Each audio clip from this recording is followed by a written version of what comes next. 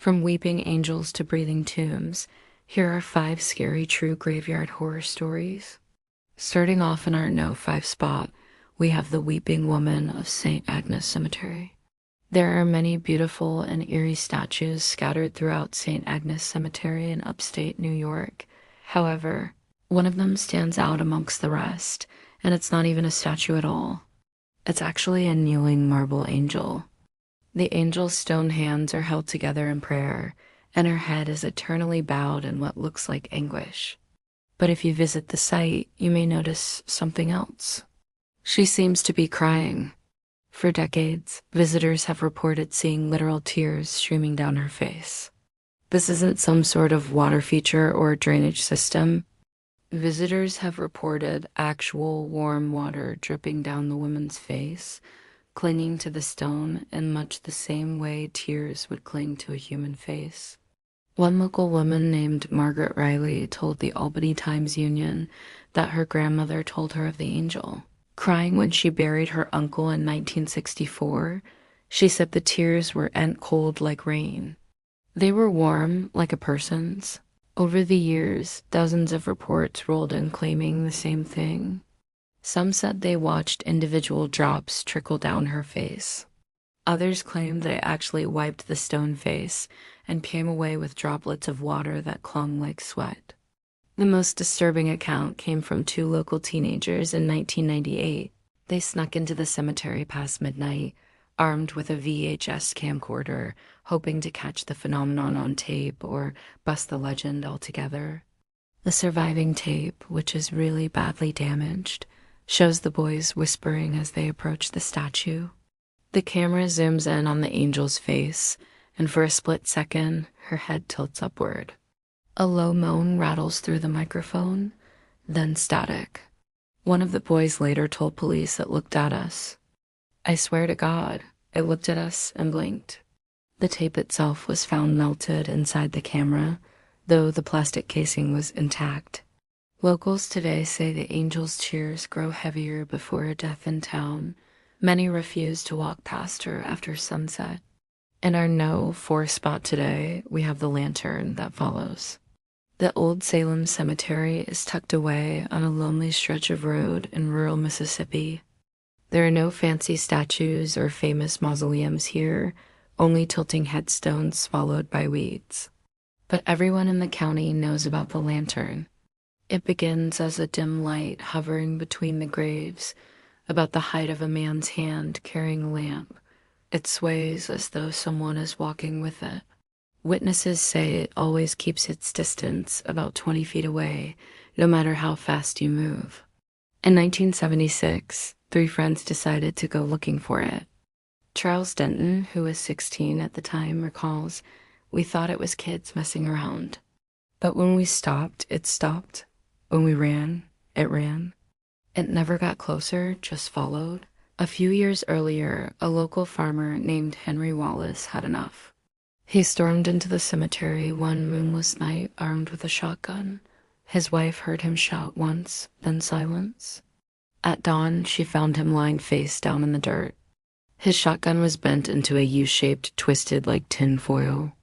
The coroner's report noted no wounds, no struggle, except for his eyes. Both were scorched black. Locals now say if the lantern follows you, don't look into its light. In our No 3 spot today, we have the crypt that breathes. Boston's Granary Burying Ground is filled with history. It's the final resting place of patriots and poets, including the mother of one of America's founding fathers. But one crypt is sealed with iron chains and rusted clasps. People call it the breathing tomb. Tourists laugh when guides encourage them to press an ear against the stone. Some swear they hear long, slow inhalations like someone sleeping inside. Others insist they hear scratching, faint but frantic, as though fingernails scrape against rock. In 1962, restoration workers broke through part of the crumbling stone. Only one man, a laborer named Paul Hennessy, peered inside. He screamed, staggered back, and refused to speak of it. He quit that same day and fled the city. The hole was sealed overnight. When asked about it, the foreman only said, There are some things you don't patch with mortar. You patch it with chains. To this day, caretakers report the iron clasps rattling by themselves when someone lingers too long near the crypt. None dare stay past dark. In our No Two spot today, we have the grave that won't stay shut. Irish folklore is rich, but the story of Patrick O'Malley's grave is no fairy tale. Cemetery records confirm the problem. His coffin simply won't stay buried. Patrick died in 1849 after stabbing a neighbor during a drunken fight. The priest who buried him found the coffin half exposed the next morning. He ordered it reburied. The same thing happened again and again. Caretakers tried everything, hammering the lid shut, piling stones on top, even pouring holy water into the soil. Within days, the earth would split, the coffin rising up like a splinter working its way from flesh. By the 1900s, the gravekeepers gave up. Patrick's coffin still lies above ground, rusted and half decayed.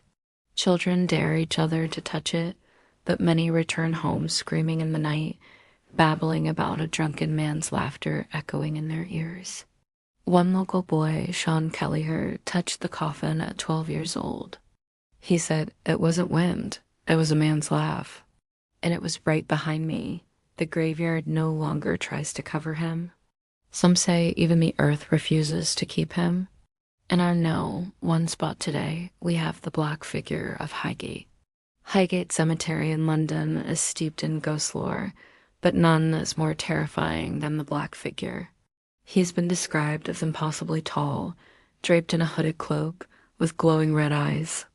Unlike other apparitions, he doesn't walk. He slides across the ground silently, like a shadow unpinned from its body. Dogs refuse to enter the north gate where he's most often seen. They whine, growl, and back away as if sensing something their owners can't. In 1971, a night watchman radioed his station, "Tall man by the north gate." Doesn't look right. It was the last transmission he ever made. When police searched the grounds, they found his cap and flashlight lying on the path. He was never found. A nearby mausoleum door bore deep gouges as though clawed open from the outside. To this day, visitors report seeing the black figure watching from a distance. And sometimes when they return home, they find muddy footprints at the foot of their bed. Thanks so much for watching. What's your favorite spooky story? Let us know in the comments below. And we'll see you next time. Bye.